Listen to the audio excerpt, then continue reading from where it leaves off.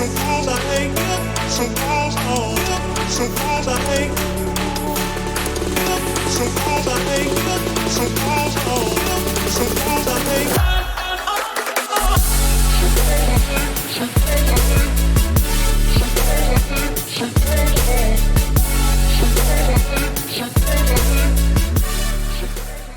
baik. Assalamualaikum warahmatullahi wabarakatuh. Waalaikumsalam warahmatullahi wabarakatuh. Oke, selamat datang dalam diskusi hari ini dengan tema Smart City dan Perwujudan Smart ASN. Perkenalkan, di sini saya Randy Tabif Raja sebagai moderator. Kita sudah kedatangan 3 narasumber ya. Di sini ada Teh Nisa dari Diskominfo, kemudian ada Teh Desi dari Puskesmas, dan juga ada Kang Yano dari Kecamatan. Nah, kali ini akan saya paparkan sedikit bahwasannya Smart City adalah sebuah konsep pembangunan kota berbasis teknologi informasi, data, dan juga inovasi untuk meningkatkan kualitas hidup masyarakat. Nah, namun Smart City ini tidak hanya soal teknologi, ia juga menuntut perubahan dalam tata kelola pemerintahan, yaitu reformasi birokrasi yang lebih efektif, transparan, dan juga akuntabel. Nah, kali ini kita akan ulik lebih dalam lagi ya mengenai Smart City dan juga perwujudan Smart ASN. Nah, ini saya coba gali dulu pertama dari Bu Desi. Menurut Ibu Desi, apa sih manfaat daripada Smart City bagi masyarakat dan juga peran Smart ASN dalam mewujudkannya? Baik, terima kasih Pak Randy. Menurut saya, manfaat Smart City sangat terasa. Pertama, pelayanan publik lebih cepat, transparan, kemudian masyarakat bisa mengakses informasi dengan mudah melalui aplikasi atau portal resmi. Ketiga, pemerintah bisa mengambil keputusan berbasis data sehingga program lebih tepat sasaran. Namun semua itu tidak akan berhasil tanpa Smart ASN. Smart ASN artinya ASN yang berintegritas, kompeten, adaptif, dan inovatif. Misalnya, ASN di bidang statistik harus mampu menyediakan data sektoral yang valid untuk mendukung kebijakan. ASN di bidang pelayanan publik harus bisa memanfaatkan sistem digital agar layanan lebih efisien. Jadi Smart City dan Smart ASN tidak bisa dipisahkan. Begitu Pak Randy. Wah, keren sekali ya Teh Desi ya. Oke, sekarang kita coba gali lebih dalam dari sudut pandangnya Teh Nisa deh. Kalau menurut Teh Nisa nih, tantangan terbesar yang akan kita hadapin ketika kita akan menanamkan atau menerapkan sebuah Smart City apa ya? Khususnya dari perspektif manajemen ASN ya. Ya, atur nuhun Pak Randy. Kalau menurut saya nih ya, tantangannya itu ada 3. Yang pertama itu kualitas sumber daya ASN. Yang masih banyak ASN yang gagap teknologi. Padahal Smart City ini menuntut literasi digital yang tinggi. Kedua, adanya budaya kerja birokrasi yang masih cenderung administratif, bukan berdasarkan hasil. Ketiga, integrasi data antar instansi itu sering terhambat oleh ego sektoral. Terus manajemen ASN ini menjadi kunci di sini.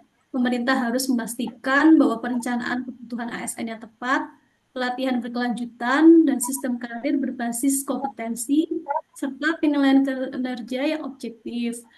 Dengan manajemen ASN yang baik ini, maka lahirlah Smart ASN yang mampu menghadapi tantangan Smart City. Jadi menurut Teh Nisa, intinya Smart City itu tidak akan jalan ya kalau misalnya manajemen ASN-nya nggak dibenahi gitu ya. Ya, betul sekali. Teknologi itu secanggih apapun itu tidak akan bermanfaat jika ASN-nya itu tidak siap untuk mengelolanya. Oke. Sekarang kita coba ke terakhir nih, ke narasumber terakhir kita, Kang Yano. Menurut Kang Yano nih, bagaimana menurut Kang Yano peran kolaborasi nih antara pemerintah dan juga ASN untuk mewujudkan Smart City? Ayo boleh Kang Yano. Oke, makasih Abang Randy. Jadi, kalau menurut saya, kolaborasi adalah kunci. Pemerintahan menyediakan infrastruktur dan kebijakan. ASN melaksanakan pelayanan dengan profesional, sementara masyarakat berpartisipasi aktif sebagai pengguna dan pengawas layanan. Peran ASN di sini sangat strategis, karena ASN adalah jembatan antara kebijakan dan masyarakat. Seorang Smart ASN tidak hanya menjalankan tugas, tetapi juga menjadi fasilitator yang mendorong masyarakat beradaptasi dengan layanan digital. Selain itu, Smart City juga membutuhkan budaya kerja kolaboratif, di mana ASN lintas peran, perangkat daerah, swasta, akademisi, dan komunitas saling bersinergi. Jadi, Smart City bukan sekedar proyek teknologi, melainkan ekosistem kolaborasi untuk mewujudkan pelayanan publik yang lebih baik. Seperti itu. Oke, keren sekali ya pemaparan dari tiga narasumber kita. Nah, sekarang kita pengen coba ulik lagi nih. Tadi kan kita sudah bahas secara umum, secara garis besar. Sekarang kita coba ulik nih dari masing-masing, soalnya kita punya teknisi yang dari dinas, kita punya Kang Yano yang dari kecamatan, kita punya Teh Desi yang dari kesehatan nih, dari puskesmas. Sekarang kita coba mau ulik nih, smart city yang sudah diterapkan di dinas masing-masing atau di instansi masing-masing, itu apa sih contohnya? Bisa siapapun duluan nih kalau mau menanggapi, Tenisa, Kang Yano ataupun Ibu Desi. Izin saya duluan ya. Oke, boleh Tenisa. Kalau di Diskominfo sendiri ini perannya sangat strategis ya tentunya ya. Karena kami itu bertanggung jawab atas infrastruktur teknologi informasi komunikasi juga, terus pengelolaan data dan komunikasi publik.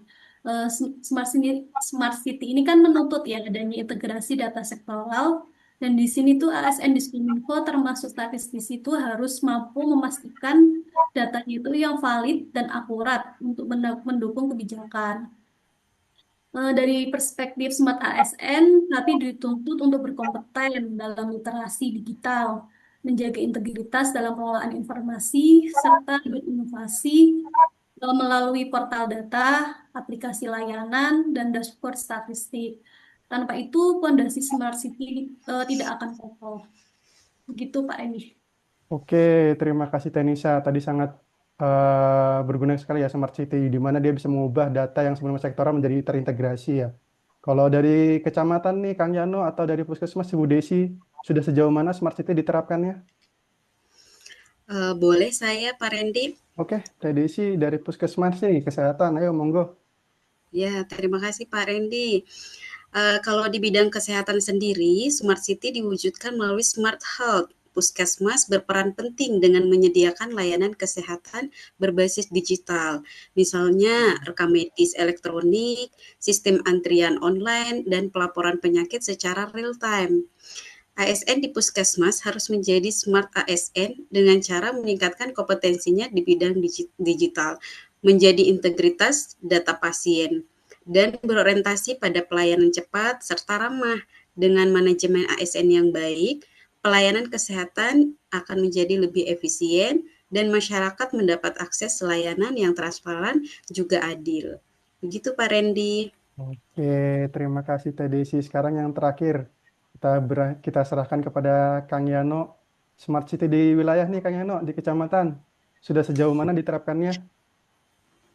Waduh, di kecamatan sendiri itu adalah ujung tombak pelayanan publik gitu Pak Randy. Misalnya dalam pengurusan administrasi, pendudukan, izin usaha, surat menyurat.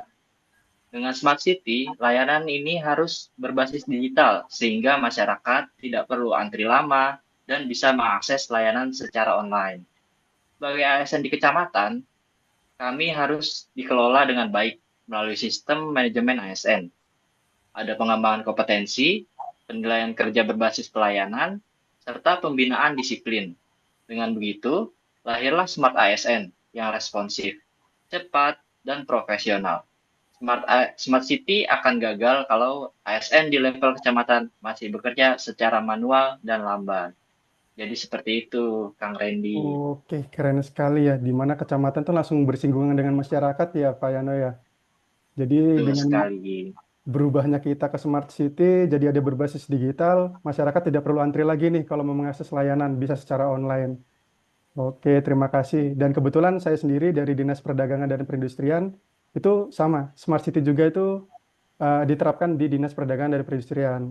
Di Sdagin itu ada namanya Smart Economy, di mana kami mendorong digitalisasi sektor perdagangan, misalnya melalui sistem informasi harga pangan, kemudian adanya aplikasi pasar online, kemudian kita juga memfasilitasi UMKM untuk menjadi go digital.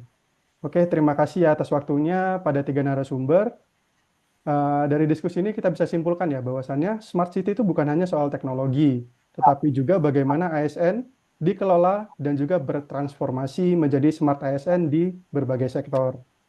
Diskominfo contohnya menyediakan infrastruktur dan data. Puskesmas tadi menghadirkan sebuah Smart Health. Kemudian kecamatan memperkuat layanan administrasi digitalnya. Oke, kita berharap dengan adanya Smart City ini melalui semangat ASN, kita bisa meningkatkan pelayanan publik dengan lebih baik. Oke, kita akhiri diskusi pada kali ini. Saya moderator, saya tutup. Wassalamualaikum warahmatullahi wabarakatuh. Waalaikumsalam warahmatullahi wabarakatuh. wabarakatuh.